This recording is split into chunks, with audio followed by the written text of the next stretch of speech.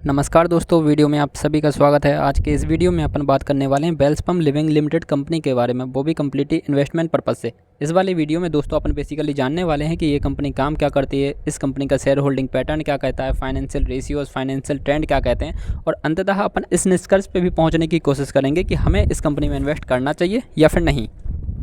तो दोस्तों सबसे पहले बात करते हैं कि ये कंपनी काम क्या करती है। तो ये कंपनी इंडिया की एक टेक्सटाइल मैन्युफैक्चरिंग कंपनी है और इसका प्राइमरीली फोकस रहता है होम टेक्सटाइल्स पर, जिसमें आता है bed linen, bath linen and रग। ठीक है, तो बेड लिनन में क्या आता है, बेसिकली इसमें आ जाता है अपने बिस्तर की सामग्री, जैसे जैसे तकिया, पिलो कवर या फिर आपके बेड शीट्स, ये सारी चीज़ें। और बाथ लिनन में आ जाते हैं जैसे तौलिया वगैरह, और रक्स में आ जाता है ये कालीन वगैरह। तो ये सारी चीज़ें ये कंपनी बनाती है। ठीक है, तो अभी जब मैं ये वाला वीडियो क्रिएट कर रहा हूँ उस समय वेल्सपन लिविंग लिमिटेड कंपनी का जो करंट शेयर प्राइस है वो चल रहा है लगभग 137.75 रुपीज़। अभी इस कंपनी का मार्केट कैपिटलाइजेशन है लगभग 13,212 करोड़ के आसपास, और एंटरप्राइज वैल्यू है लगभग 15,000 करोड़ के आसपास। इसका मतलब है कि इस कंपनी के ऊपर थोड़ा बहुत डेट भी है। अभी आप यहाँ पे देख सकते हो कि इस कंपनी के ऊपर टोटल डेट है एक्चुअली में 1930 करोड़ के आसपास का, और कैश है इस कंपनी के पास 133 करोड़ का। और डिविडेंड यील्ड है इस कंपनी की बहुत ही कम, लगभग 0.07%। डिविडेंड यील्ड का मतलब तो आप लोग समझते ही होंगे कि बेसिकली 0.7% का मतलब ये होता है कि अगर कंपनी 100 रुपये, अगर आप कंपनी का एक शेयर 100 रुपये में खरीदते हैं तो कंपनी आप लोगों को 0.07 रुपीज़ हर साल देगी डिविडेंड के तौर पे। दोस्तों इस कंपनी के पीई और पीबी का पीयर कंपैरिजन भी आप देख सकते हो। बेसिकली इसका कंपैरिजन देख सकते हो आप इसी सेक्टर की बाकी कंपनी के साथ में।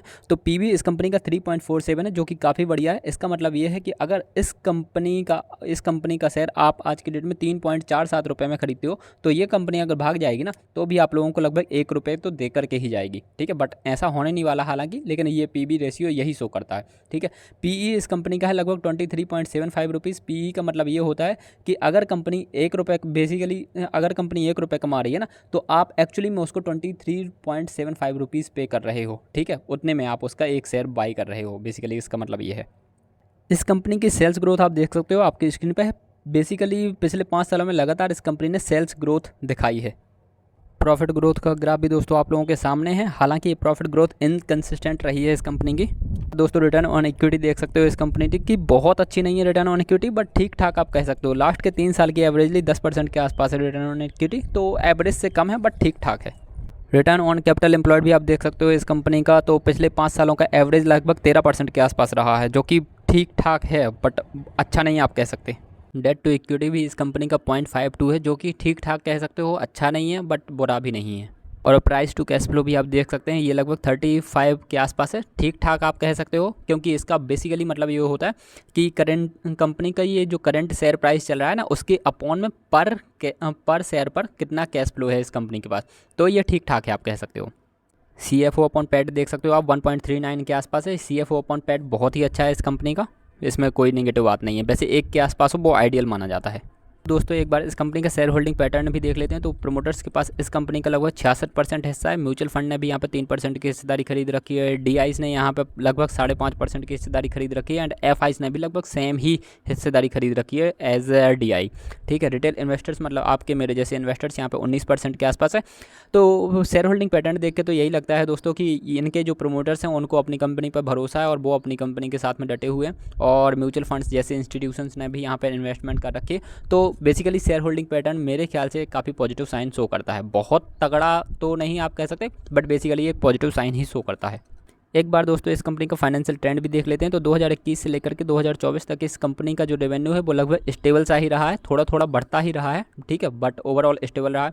और जो प्रॉफिट है उसमें भी आप लोगों को लगभग स्टेबिलिटी ही देखने को मिल रही है। हालांकि 2023 में ऑफकोर्स थोड़ा कम हुआ प्रॉफिट, बट फिर भी आप लोगों को फाइनेंशियल ट्रेंड में एक स्टेबिलिटी नज़र आ रही होगी।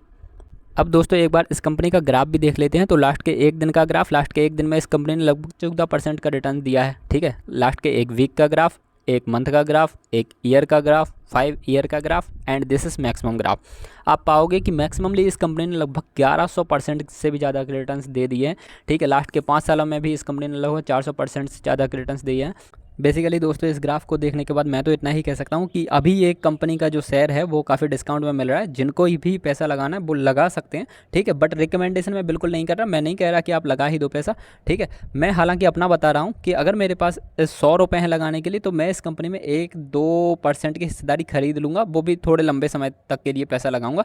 मैं जल्दबाजी नहीं करूँगा कि 5 या 6 महीने के अंदर अंदर ये कंपनी कैसे ना कैसे करके मुझे रिटर्न्स दे ही दे। मैं आराम से 1-2 साल तक का इंतजार करूँगा और इस कंपनी से पॉजिटिव रिटर्न्स की एक्सपेक्टेशन करूँगा, ठीक है। तो बाकी मैं इस वीडियो के माध्यम से आप लोगों को रिकमेंड बिल्कुल भी नहीं कर रहा, ठीक है। तो फाइनली आई होप दोस्तों आप लोगों को वीडियो में दी हुई जानकारी पसंद आई होगी। कोई डाउट या क्वेरी आप लोग डेफिनेटली कमेंट कर सकते हैं, मैं आपके कमेंट का रिप्लाई देने की पूरी कोशिश करूँगा। अपन मिलेंगे अगले वाले वीडियो में, आप लोग अपना ध्यान रखिएगा। Bye bye, take care.